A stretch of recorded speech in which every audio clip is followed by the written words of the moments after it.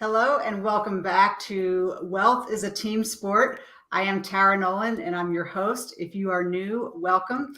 What I are doing with this program is I am a big believer that life is hard enough.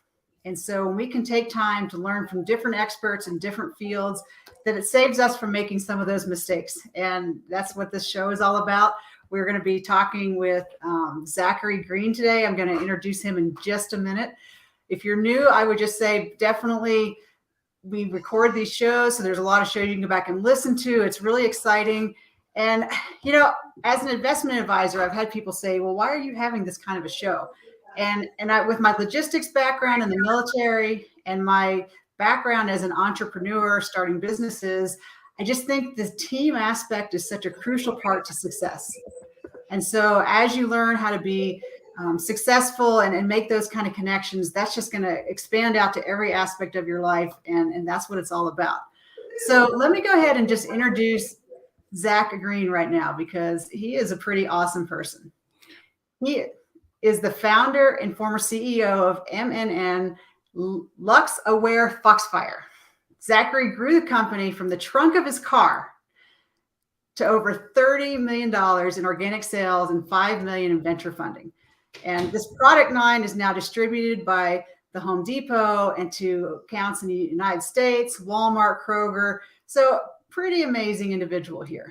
And Zachary is most recently, he received the President of the United States Award for exporting and has been honored as the Exporter of the Year by the Ohio Small Business Administration, and as a result of exporting to over 25 countries. So he has also been featured in Entrepreneur Magazine, the front page of Yahoo.com, MSN.com, and USA Today, along with other media outlets. So Zachary is just like an amazing kind of person, and I'm really excited that you're going to get a chance to learn from him today. So Zachary, welcome to the show. Well, thank you so much, ma'am. It's a real honor to get a chance to spend some time with you and talk with some of your colleagues and associates. And I'm just really excited about this opportunity. So let's just jump right in. Reading your background, you're like a pretty amazing person, and your life has not been like this straight line. So can you just kind of share with us a little bit of like where you started and to kind of how you've gotten here, because it's pretty fascinating, and I'd like to hear it from your own perspective. I think in statistics they have different types of parabolas or whatever. I didn't do very good in math. Linear, non-linear. Mine looks like a bowl of spaghetti is the best way to explain it. I grew up in Cincinnati, Ohio. Had very significant learning disabilities growing up, mainly ADHD and dyslexia. And at that time, didn't fully understand what those diseases look like. I mean, the only real option was just throw you on Ritalin, which my parents never, ever did for me. I went to about 8 different schools from preschool all the way through high school. It was always a square peg trying to get into a circle hole. Private schools, public schools, Montessori schools, parochial schools. And it was interesting because ADHD is considered a problem when you're in school, right? But when you get out of school, you're a multitasker, and it's great. I mean, like, oh, this guy's such an energetic multitasker. He can do 5 or 10 things at a time. He's so exciting. People love to hear his stories and everything. So all those times when I was getting suspended or put in detention or being lectured by my plethora of teachers that know everything, telling me that I was not going to amount to anything, I wasn't going to be successful in life, probably wouldn't even graduate school, it never bothered me. I used that as fuel and as an opportunity for saying, I'm going to show them. And everything really came to a head when I found myself standing on the yellow footprints at Parris Island, South Carolina. And you can't think of a better organization to help an energetic 18-year-old kid out than good old United States Marine Corps enlisted boot camp. And that's really where I started to find my feet, where I really started to get grounded and learn about this warrior journey that we're going to talk about here shortly. I struggled a lot at boot camp. It was horribly difficult. And what was interesting is, we had kids from all walks of life down there, kids from the coal mines of West Virginia, kids from the projects of New Orleans, kids from broken homes in Philadelphia. They didn't struggle as much as I did. These kids loved it. They had a nice warm bed to sleep in every night. They got 3 square meals a day. Sometimes they didn't have that back home. I grew up in somewhat of an affluent neighborhood, had parents that really took care of me. Hell, my mom even laid my clothes out for me up to my senior year of high school on the edge of my bed. That's how much of a mama's boy I was. So they had already built their rhino skin. They already had that iron that sharpens iron. So when they got into this incredibly difficult process of boot camp, it wasn't that big for them. For me, it crushed me. And when I say crushed me, I mean mentally, physically, emotionally, spiritually. And that really was my bottom point. Now, I went on and went through Marine Corps officer candidate school after that. My goal was ultimately to be a general in the Marine Corps, and life didn't quite turn out that way. But that was really the start of that warrior's journey that got me, through those difficult teenage and early 20s years until I started my career in corporate America and ultimately starting my own business. So that's a crazy story. And to go from, a pretty decent home right into the Marines, that was the way to jump in and do it. So from your background, we're going to talk about this warrior's journey. I'm interested to know your perspective on teams and working together and how that kind of resonated with you. Because I know for me, in my experience, especially as a logistical planner, the power of teams, I think, is everything. And what I do in my world with financial planning now and helping people, it becomes such an aspect. I'm interested to know from your perspective, how do teams play into kind of your success? So, a team is like a chain, and a chain is only as strong as the weakest link. You can do all the work in the world for logistics, but if one little tiny area gets mixed up, the bullets, beans, and bandages are not going to get to the right area because you just didn't have that one forklift that was set up to lift that pallet. You had planned everything else out of there.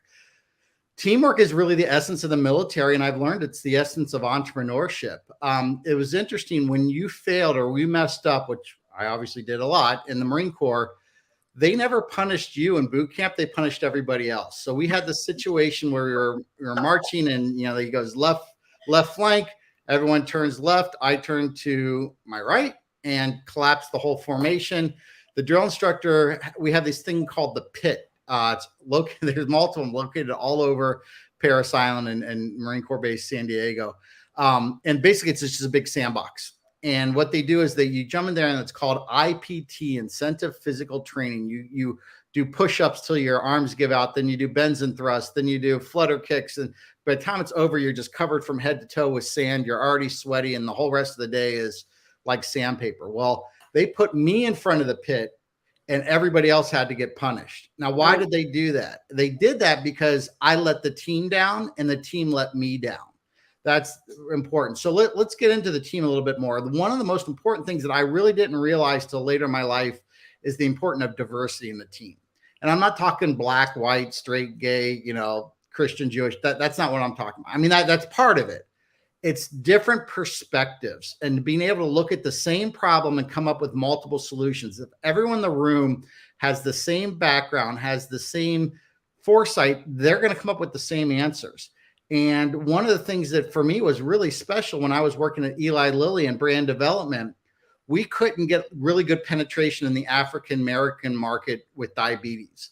And we look around the room, and it's a bunch of white guys and girls. And we're like, we need somebody here to represent that community. And we completely changed our perspective to marketing towards African Americans, where diabetes is a real problem. And it was so eye-opening for me when I looked around. I'm like, we got all these smart people, but we're dumb to this problem. So that teamwork is key. And, I'm not a financial planner like yourself, but, diversity of a portfolio is just as important as diversity of a team. You've got to be able to have all those different areas to both mitigate your risk and also try to, build up when you have those opportunities. So I love how you're talking about that. And so it kind of makes me want to know your next question is, so how did you take that? So you had your Marine Corps experience, and then you had your corporate experience.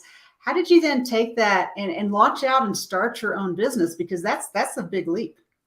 It was a big leap. And I think it's a combination of, I can't use Marine language around you here, but let's just say lots of testosterone and not a lot of brain power, because you need a little bit of both of them. You got to have that courage, but you also have to realize that if you're a true analyst, nobody would ever go into entrepreneurship. I remember talking to my attorney and I was explaining what I wanted to do. And he said, look, my advice is don't produce any product, don't hire anybody, don't spend any money, don't bring any money in, and don't get a lease or an office. And that way you'll be safe.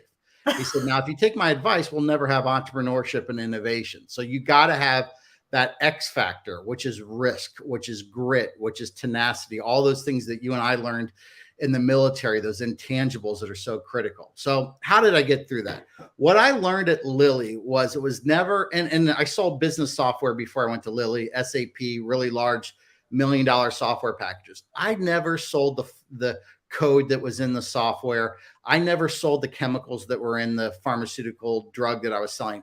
I sold, hey, you've got a problem, and you may not even know you have a problem, i.e. you've got all these software systems and they're not talking to each other. That's a problem. My solution is I can do one database so they can work together. You have a chemical imbalance in your brain that's causing you to be depressed. I'm not going to talk about this pill. I'm going to talk about this brand and address that, hey, that is a problem. Just like if you stub your toe, you take an Advil, we can do the same thing with, serotonin, norepinephrine inhibitors, whatever else. So in that light, I get out of the Marine Corps in 1999. 2 years later, September 11th happens. I get riddled with a lot of, I guess you would call it survivor's guilt, but I was in the infantry in the Marine Corps. I wanted to train, fight, and kill. I never got a chance to do anything other than train for like 9 years. And I quit because it was like, I don't want to pursue this. Now, 2 years later, all hell breaks loose. And those poor guys now are getting out because they're getting deployed too much. But I had to go back and serve. People like you and I are made a little different. We have service in our blood. It's part of our ethos. And so I joined our local volunteer fire department. And I figured, the front line of the battle area is no longer in Afghanistan or Iraq. It's in our backyard. And when I got on the fire department, within the first couple of weeks, I went through a training evolution in a live fire. It was somebody was moving out of their house. They wanted to demolish it. We decided, hey, we'll burn it down for you for free, and we get to train in it. I got lost. So I'm working my way down the hallway thinking that there's going to be a stairwell or door at the end of the hallway. And what happened? It turns out I was in a walk-in closet and I was surrounded by 3 sides of just walls.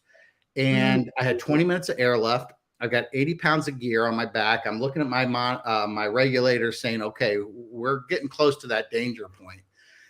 And obviously I found my way out of the building and I started talking to my captain. I was almost in tears. I was so upset. I mean, it was a horrifying experience, scarier than anything I'd ever encountered.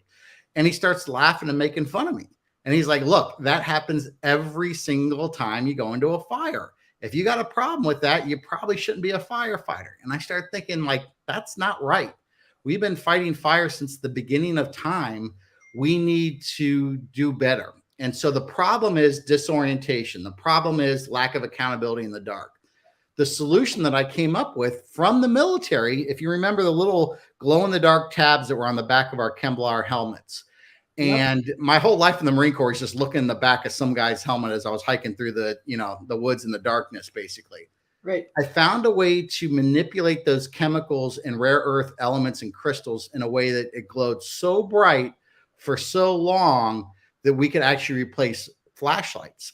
And I put it into some materials around your helmet, put it on some stuff for my tools. I go into a fire. Next thing you know, everyone's trying to figure out what's on my helmet because they could see me all the way down the hallway, this bright green glow. There's a guy named Mr. Murphy. He's got a law of physics. It's really accurate. It's anything that can go wrong will go wrong at the worst time. And it's that way, as you know, in the military, it's that way on the fire service. Zach, you got a battery powered flashlight. Yeah, but dumb Zach forgets to charge it up every time because I'm too tired of when I get off of a fire run. It doesn't always work, but this stuff worked all the time because there was no batteries or light bulbs or electricity. So I started selling out of the trunk of my car. And instead of selling the actual product, what I did is I had conversations with firefighters about accountability, about disorientation. And what would happen, I'd go into a fire station. I'd say, hey, I'm Zach from Cincinnati. Can we go in the bathroom and turn the lights off together? And if they didn't beat me up, they usually like, okay, this is kind of cool. And then I'd pull the glow in the dark stuff out, talk about, hey, have you ever been in this scenario where it's dark, you don't know where you are, and now you can see each other, and literally would sell everything. I made $5,000 in 6 months. Eventually realized that this was something that had some legs to it. So I quit my full-time job at Eli Lilly, went to this trade show. In 3 days at the trade show, we had booked $100,000 in sales. Wow. Now, I had no money to buy the raw materials. I had no production capability. I had no way to scale up. People are like, Zach, you got to stop taking these orders. This is getting to the point of unethical. And I'm like, no, I'm a Marine. We always accomplish the mission. I don't care. We'll figure this out. I'll figure this out. And I did. I refinanced my home, maxed out my credit cards, had to beg, borrow, cajole all these manufacturers. I got that order done. Next, you know, more orders come in, and over the next couple of years, it grew it into about a $30 million company in about a 10-year time period. Oh, wasn't pretty though. Very, very ups and downs along the way. Yeah, I love how you said that too. And I like that you talked about this X factor. And I think it's almost like the definition of courage. It doesn't mean that you're not terrified. It just means that you're pressing on anyway. and I love in your story that you're just taking the orders and then you just figured it out. You're like, I'm going to take that hill and I see it and I'm going to get there somehow. Man, that is so rich. So courage is being scared, but it's getting past your fears because you have a team that you talked about. You have training, you have all these other things. Someone goes, are you ever scared when you see a building on fire and you have to go in? I'm like, every goddamn time. If you're not scared going into a burning building, you should not be in the fire service. Right. Now, it's not a scare to the point where I can't move, but right. I know all the physics. I know exactly what I need to do. I got a team that I can trust. I've got equipment that I can trust, and I know how to mitigate those risks. But yeah, it was horrifying, and it still is horrifying owning and running a business. And that scared factor gets even more when you start adding zeros onto all the problems, because the problems stay the same. You just keep adding zeros on the end of them. So, and I love, you've inspired me to even go back and rethink, because like with financial planning, I try to turn it on its head, because people start out with, well, should I buy this mutual fund or this annuity or this insurance? And I'm like, those are tools. What are you trying to accomplish? What problem are you trying to solve? And it's funny because people just look at me like, no one's ever asked us that. We don't understand the question. And to me, I'm like, how can I solve your problem if I don't know what your problem is? Because for some people, retirement is hanging out with their grandkids. For some people, it's traveling the world. For some people, it's selling the house and getting an RV. If we don't know that, how can I possibly tell you whether you should get a stock bond or a mutual fund? And it's interesting because I think it just gets tied back into marketing and, all this, companies want to sell these things. So they just keep putting it out there. But we need to take that step back and say, what are we trying to accomplish first? And so how were you able to arrive at that, Zach? Listening to your stories, I mean, you just were able to just crystallize it. It sounds like you took that through your different experiences. So as I started to grow, and the biggest issue that comes down to all entrepreneurs is cash, not money, cash. There's a big difference. Revenue and cash are very different. Revenue is, hey, I just sold $100,000 of sales. The problem is I don't make that 100,000 until I've produced the product, shipped the product, and the big one, gotten paid, because you don't always get paid as an entrepreneur, or you don't always get paid on time. Right. It's that cash conversion cycle that happens between the time you put your money to work and then get profit on the other side. That's what kills companies.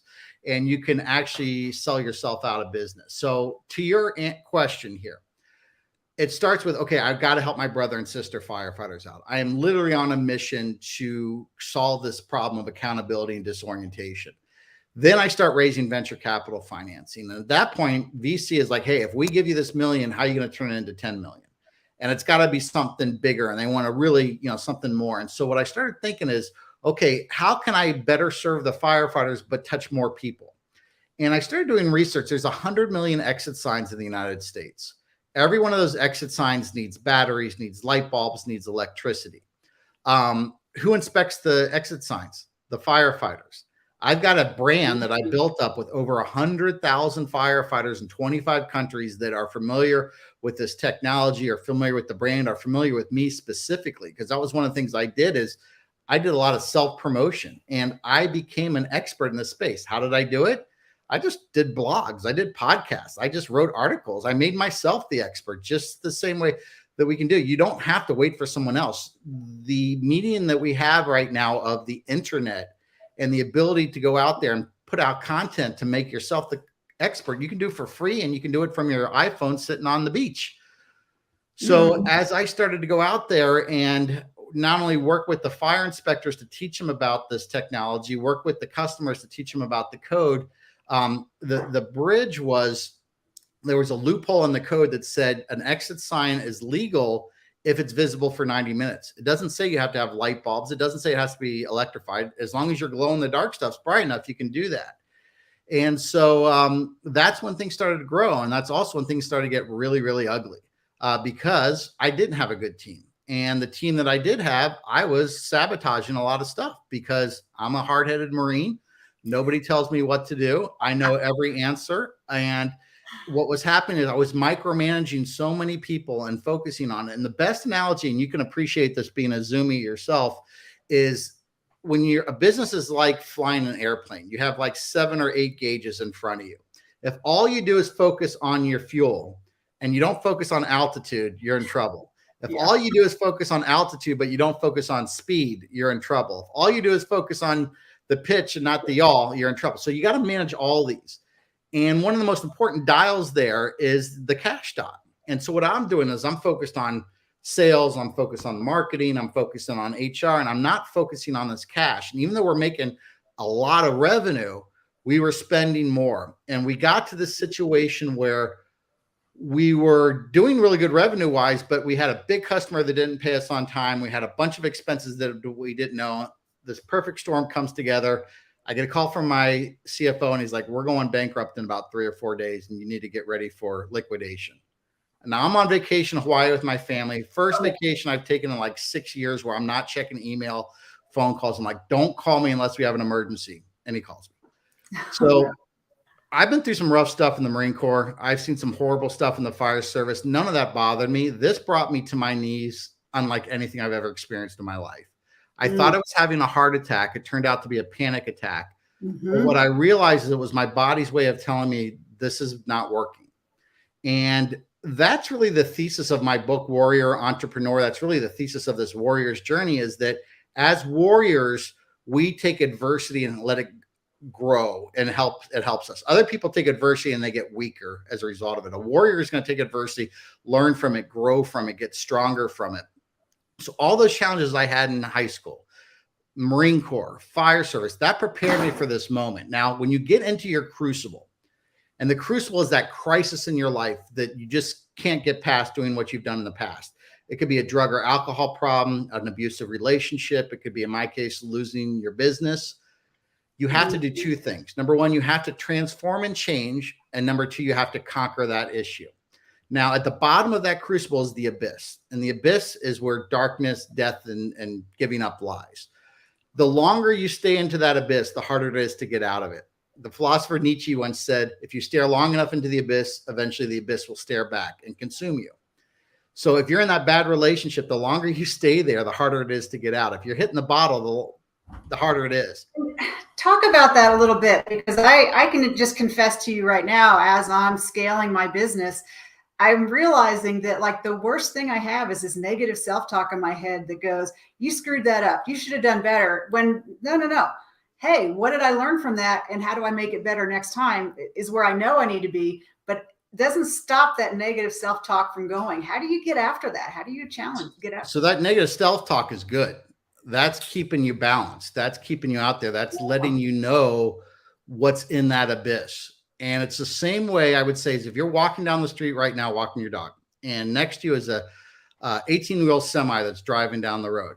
And your negative talk is saying, oh, that semi is going to kill me. It's going to kill me. I don't know what I'm going to do. I'm too scared to walk on the sidewalk. Or you can say, I respect the abyss. I respect that negative self-talk, which is business failure or something else. I honor it, but I'm not going to go too close to it. And I'm not going to spend that much time worrying about it. I'm going to just recognize that it's there and know that I don't want to be there. And you move on. And that's really what happens in that crucible. Now, where you are right now, that's just your typical warrior telling you, hey, there's the stuff, don't do it.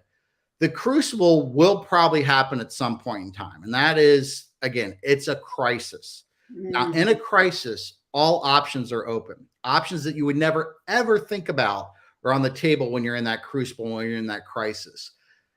So what happens is, how do we prepare ourselves for that? So the first thing we got to do is we've got to conquer what got us there. And the second thing we got to do is transform. The conquering, maybe those voices are friends of yours. Maybe they're just people that you've worked with in the past that say, you're not good enough, you're not smart enough. And that process is, get the hell away from me. I don't need that in my life. But the transformation is the most important thing, because if you don't transform, you're going to go right back to where you were. And my transformation was, I stepped down as CEO. I'm a 15-person company. I built it. It's my baby. And I stepped down, and I hired someone to report that I reported to. And the reason I did that is I wasn't focusing on all those gauges on that dashboard. I was not covering it. And I became more of a visionary, going out there and talking about the technology and the sales and the big relationships. And my new CEO was able to really grind out on what we needed to do to be more profitable, not more revenue, and get through all that stuff. And so that's really what the journey is getting ready for that crucible, having that crucible, and then changing and transforming from it. So that leads me right into thinking about, like, what do you think are your key values that allowed you to do that? Because not a lot of people would have been able to do that. And I think there's some core values you have that probably really carried you through that. So I imagine my core values are probably the same as yours. You know, it's all the stuff we learned those first couple of weeks as you were, going through your difficult plebe year at the academy, and for me at boot camp and OCS. It's integrity is a big one, but that's, people talk about it too much. It's a given. You either have it or you don't have it. I don't like to dwell on that too much, but the big one I do like to dwell on is tenacity, grit, perseverance, courage, all those things that they teach you that we need to accomplish something bigger than us, something more than we can do. And those intangibles are the difference between a successful entrepreneur and not a successful entrepreneur. The second thing is, and I know it's very cliche, is not to quit. 90% of entrepreneurs fail within 10 years. The vast majority of that failure is because the entrepreneur quits. Now, it's okay to quit. The quit happens when the crap outweighs the benefits, and that's totally understandable. I mean, it's suicidal if you don't get to that point. However, what I did is I put myself in an area where I couldn't quit, and the way I did that was I personally guaranteed the $180,000 American Express card that my company was using. If you don't pay Amex, they don't send you to collections. They get a law firm after you. I had $400,000 in debt to the bank that my house was up on as a collateral. I fail, I lose my house. I had to go bankrupt. I would literally be homeless. My wife, who was a very successful OBGYN, quit her job so she could support me and my son as I was starting to travel, and she couldn't be on call so much. So I went from having a wife making big bank and saying that, hey, this little hobby, this glow in the dark stuff's out there, to like, oh shit, man, she just quit. Now what am I going to do? I don't have a parachute anymore. My ejection seat's not working. And by putting myself in that situation, I did want to quit a lot of times. I was scared a lot of times, but I pushed through it. And those are those intangibles of doing that. Is that grit. It is so ungodly difficult, and it never gets easier. It never gets easier. It's going to get more. Now, what happens though, is you're better trained as time goes on, and you can handle those challenges a lot easier because of your experience and that rhino skin that you've built up along the way there. Okay. I really like that. It's not going to get easier, but how you can deal with it is going to get better. So, wow, our time is flying by. How did people get a hold of you, get a hold of your book? Yeah, so the best way, obviously Amazon, Barnes and Nobles, anywhere the books are sold, you can get the audio book, the ebook, hardbound, paperback.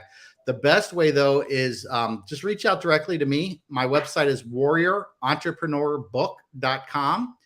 If any of your listeners want to purchase the book, I'm more than happy to sign it for them and give them a 50% off coupon. All they need to do is type in podcast 2021 in the coupon section or the discount section, and they'll get 50% off. LinkedIn, I'm very active on LinkedIn. I think that's probably how you and I met each other. It is, yeah. And then my email, it's real simple, ZacharyLGreen@gmail.com. Great. So I just kind of wanted to recap. I mean, there was a lot of great information that went by so quickly, but I love that Zachary's talking about, having that X factor, having that courage. You can go out there and make things happen. And I encourage you to get his book and learn from him about, it's not that life isn't going to be hard or scary, but it's having that confidence that you can deal with it and you're not alone. There's a lot of us that have gone through it and continue to go through it. And some of us are just wired a little wrong, so you have to keep doing it. So that really stuck with me. And then, I mean, just listening to Zachary, he's got a lot of knowledge in there, talking about revenue versus cash. So he's inspirational, but he's got also the bones to back it up. So Zachary, thank you so much for being on the show. Tell us once again how people can get a hold of you. What's the best way? WarriorEntrepreneursBook.com. There's a contact us section. That's probably the best way to get in touch with me. And then my email of ZacharyLGreen@gmail.com. So Zachary, thank you so much for being our guest today. We really appreciate you sharing your information and your wisdom with us. And for those of you listening, I can't wait to hear about all your success, and we'll talk with you next time. Bye, everyone.